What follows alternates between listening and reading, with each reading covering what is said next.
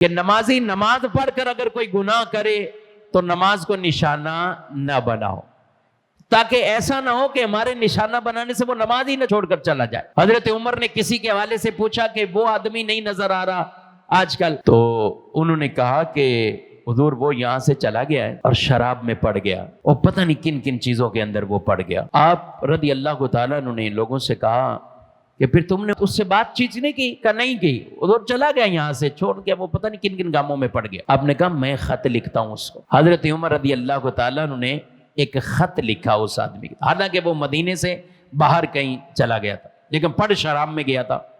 آپ نے ایک خط لکھا اور اس خط کے اندر آپ نے اللہ رب العالمین کے بارے میں غافر الذنب، وہ گناہوں کو بخشنے والا ہے، اور ساتھ یہ لکھا کہ رب جب گرفت کرے تو پکڑ بھی سکتا، لیکن کوئی بندہ رجوع لے آئے تو پھر معاف بھی فرما دیتا ہے۔ یہ خط کا کچھ مضمون لکھ کر 24ویں پارے کی سورہ مبارکہ سورہ سجدہ کے حوالے سے کچھ آیتیں لکھ کر انہوں نے بھیج دی۔ اب جب یہ بھیجی اس کی طرف، تو وہ جو قاصد لے کر گیا اور وہ خط پڑھ رہا ہے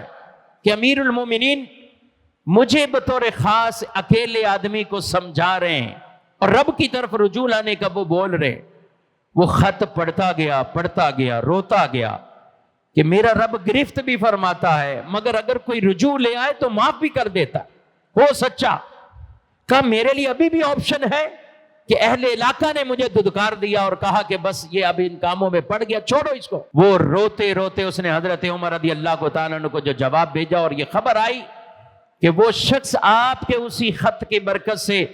وہ دل میں ایسی تاثیر بن کر کلمات داخل ہوئے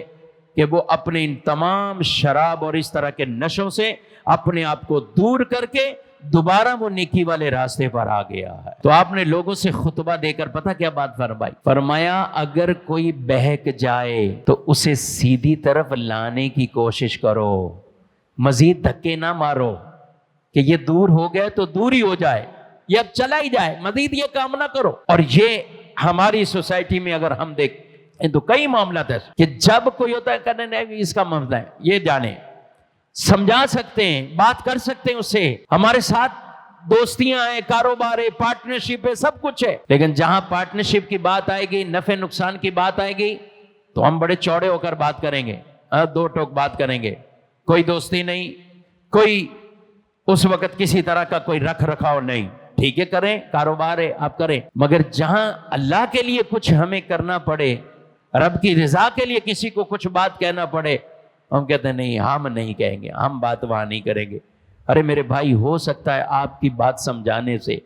وہ بندہ سمجھ جائے، اور ایسے لوگ عام طور پر یہ جمعے کی تقریریں بھی تو نہیں سن رہے ہوتے، وہ عام طور پر مساجد میں بھی تو نہیں آ رہے ہوتے، اگر جمعہ مقدر نصیب میں ہے تو وہ بھی بالکل آخر میں آ کر 2 رکعت پڑھیں گے، اور وہ اپنے آپ کو بری ذمہ سمجھ لیتے ہیں کہ 8 دن بعد ہم نے مسجد کی حاضری دے دی ہے۔ اور کئی لوگوں کے ایسے رجحان، نہ ان کو پہلی سنتوں کا خیال، نہ بعد کی سنتوں کا خیال، نہ کبھی 8 دنوں بعد کوئی اللہ رسول کی بات سیکھ لیں تاکہ کوئی نیکی والی وہ بیٹری ہے وہ چارج ہو جائے اور کچھ ہمیں دنوں تک مدد مل جائے، پھر جمعہ آ جائے، پھر اللہ رسول کی کوئی باتیں سن لیں تاکہ مزید اگلا ہفتہ ہمارا بہتری کے ساتھ گزر جائے۔ تو یہ بھی